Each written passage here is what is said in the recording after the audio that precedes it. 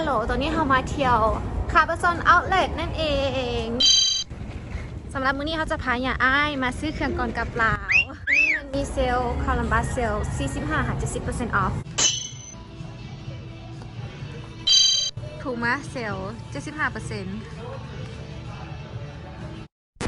75% Shall we begin?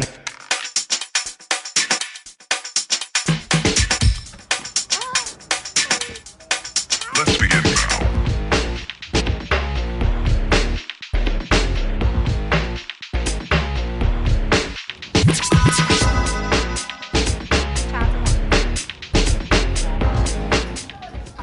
หัดแล้ว Under Armour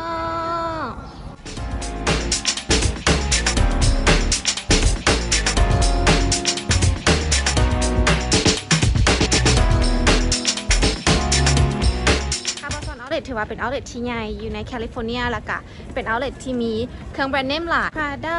Polo อย่างอีก Versace ก็มี Gucci Boss อย่างอีก Lacoste เกือบว่าทุกแบรนด์เนมเลยเนาะ Shall we begin?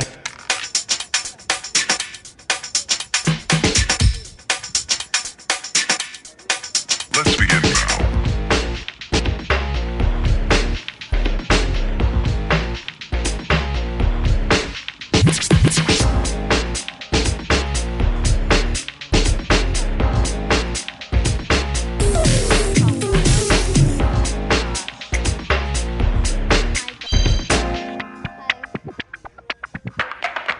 Let's begin now.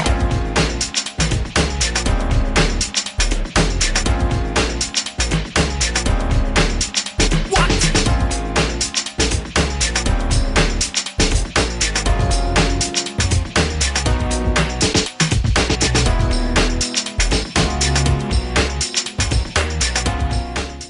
ได้มาแล้ว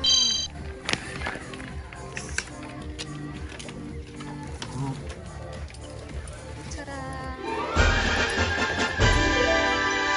Three, four, five, 6 items. 6 The final total is going to.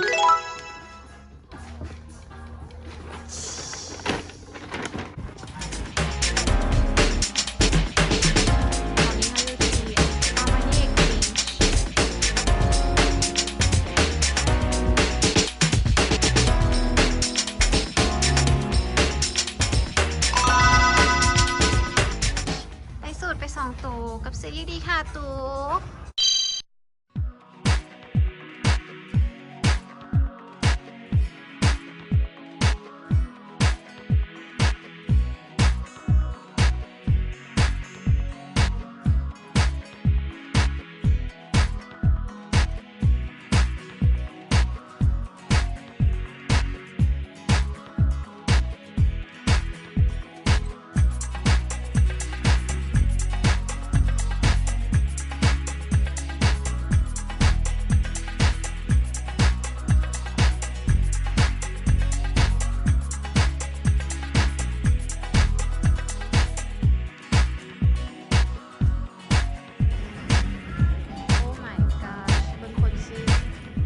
โค้ชลด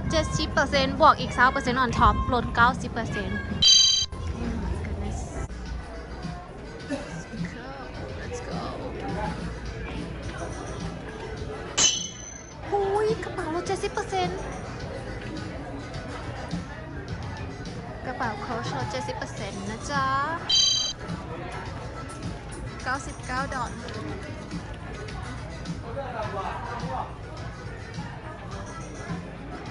เป่าอยู่เชลมันนี่ลดหมดเลย 70%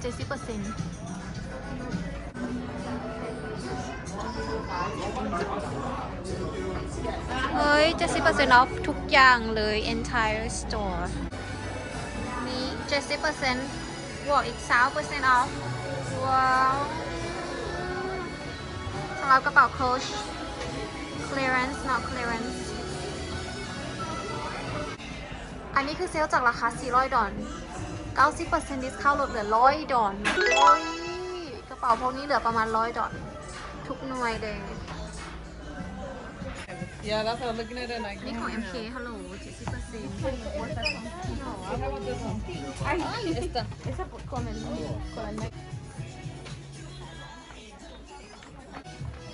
MK 70%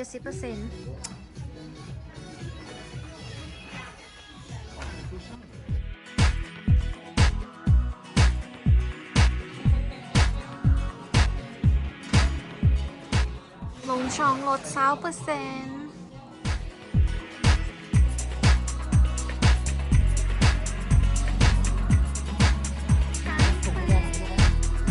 มือของเธอ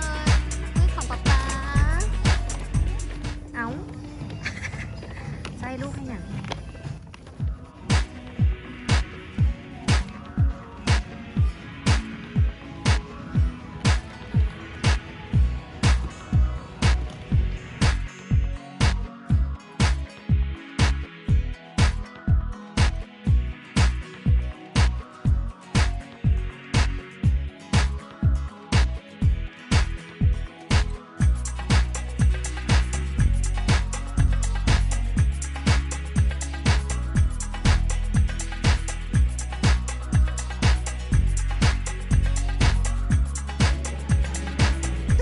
อุ๊ปส์โน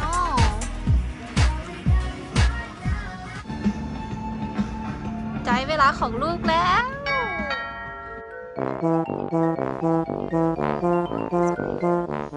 ลูกสาวคอย เข้ามาแลนใส่โทยส์ก่อนลูก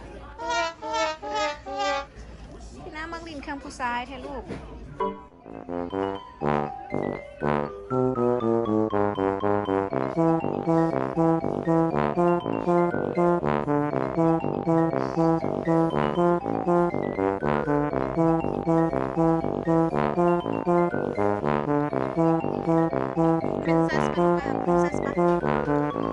Princess มา Princess มา Princess มา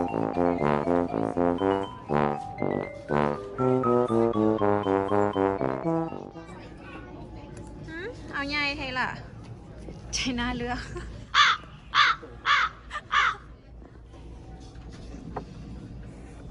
จะหน้าตัวนั้นหวะ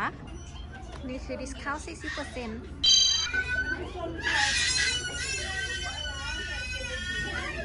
40% จ้า$140 Oh no bye และนั่นก็คือภาพบรรยากาศการช้อปปิ้งอยู่ที่คาบาซอนเอาท์เลทนั่นเองเนาะผู้ใดที่มาแถวแคลิฟอร์เนียก็สามารถมาเช็คเอาท์ได้บอกเลยว่าคุ้มและก็ลดราคากันนำสำหรับแบรนด์เนมดังๆหลายๆแบรนด์อยู่ในห้างนอกจากนั้นก็มีโมโลงโกคาสิโนอยู่ข้างห้างเนาะผู้ใดอยากไปเสี่ยงโชคเสี่ยงดวงก็สามารถไปได้ และอย่าลืมติดตามเพจ Jenna Review ของพวกเขาหรือสามารถกด subscribe Jenna Review Channel ของพวกเขาได้อยู่ที่ YouTube Jenna Review Channel นั่นเองบ๊ายบาย